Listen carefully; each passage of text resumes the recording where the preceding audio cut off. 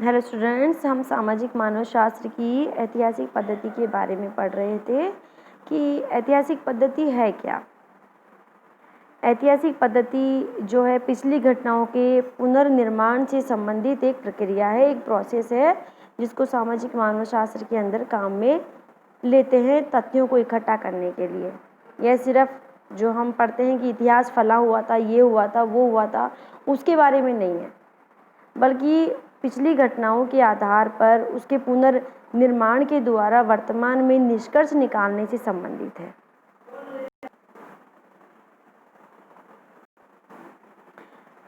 वास्तव में historical determination जो है व्यक्तिनिष्ठ खोज ही होते हैं। मतलब व्यक्तिनिष्ठ खोज का मतलब है कि जो ये इतिहास की घटनाओं का जो निर्धारण होता है या हम किसी चीज़ का जब ऐतिहासिक रूप में अध्ययन करते हैं, खोज करते हैं, तो ये जो है सब्जेक्टिव फाइंडिंग्स ही होते हैं।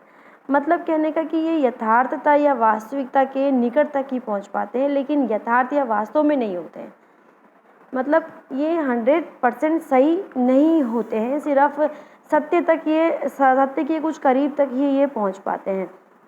जिन विषयों के संबंध में ऐतिहासिक प्रमाणों का अभाव होता है, उनके संबंध में तो इतिहास का निष्कर्ष व्यर्थ का ही समझना चाहिए। इतिहास में एक कमी और है, वो ये है कि हालांकि इतिहास सामाजिक घटनाओं की प्रक्रियाओं की अवहेलना नहीं करता, फिर भी ये केवल उन प्रक्रियाओं को ही अपने अध्ययन विषय के रूप में भी स्वीकार नहीं करता है।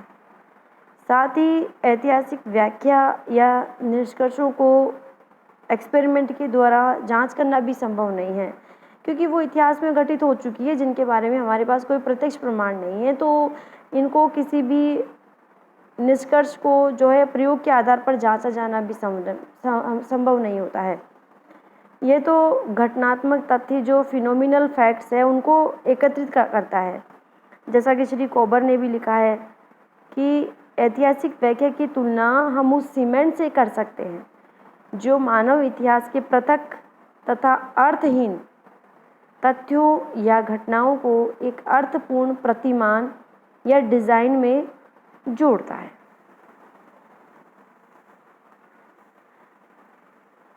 अब ऐतिहासिक पद्धति की जो अभी हम बात कर रहे हैं, उस पद्धति में बहुत सारी कमियां हैं, कुछ खूबियां भी हैं, क्योंकि विज्ञान का अर्थ ही होता है सत्यता की खोज, सत्य की खोज, उसी को हम विज्ञान कहते हैं। तो जब हम इतिहास की बात कर रहे हैं तो उसके प्रत्यक्ष प्रमाण हमारे समक्ष नहीं होंगे। इतिहास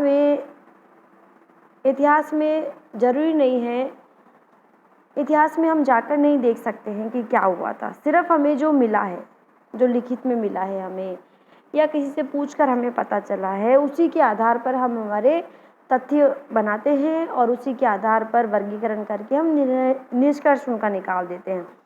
तो इसी क्रम में इस ऐतिहासिक पद्धति में कमियां भी बहुत है। तो उन कमियों को जो है रैडक्लिफ ब्राउन ने उसकी विशेष रूप से 3 कमियों की ओर इशारा किया है। वो कौन कौन सी है देख लेते हैं।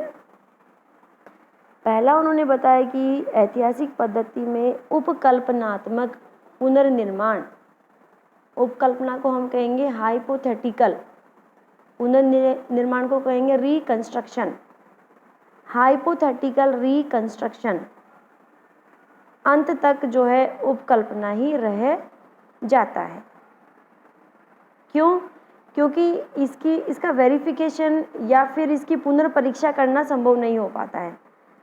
ठीक है, क्योंकि जैसा कि अभी मैंने बोला था कि प्रयोग करना संभव नहीं है, इतिहास की घटनाओं पर प्रयोग करना संभव नहीं है, इसलिए ये यथार्थता से परे होते हैं। ठीक है, तो उपकल्पना किसको कहते हैं? जिनकी मात्र हम कल्पना करें। तो इसलिए ये ऐतिहासिक पद्धति जो है उपकल्पना ही मात्र बनकर रह जाती है, क्योंकि इसका वेरिफिकेशन पॉसिबल नहीं होता है। दूसरा जो है रैडक्लिफ ब्राउन ने बताया कि इस पद्धति की यथार्थता इसी वजह से अजम्पशन पर ही आधारित होती है, एक अनुमान पर ही ये आधारित होती है। ठीक है, क्योंकि यथार्थता का कोई हमारे पास प्रूफ नहीं होता है। जिसे हम यथार्थ मान रहे हैं, इस ऐतिहासिक पद्धति के आधार पर हम जिन तथ्यों को एकत्रित कर रहे हैं, उसका कोई वास्तविक प्रूफ नहीं है। वो एक सिर्फ हमारा अनुमान है कि ये सत्य हो सकता है। तो ये भी ऐतिहासिक पद्धति की एक बड़ी कमी जो रैटक्लिफ ब्राउन ने बताई है।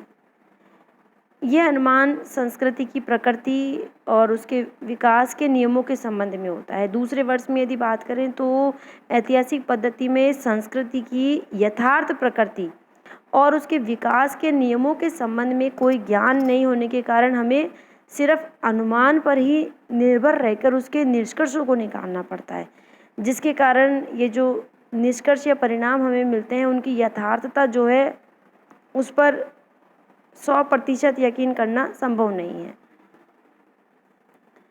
तीसरा, रैटक्लिफ ब्राउन ने बताया है कि इस पद्धति से किसी भी चीज़ की वास्तविक व्याख्या नहीं हो सकती है।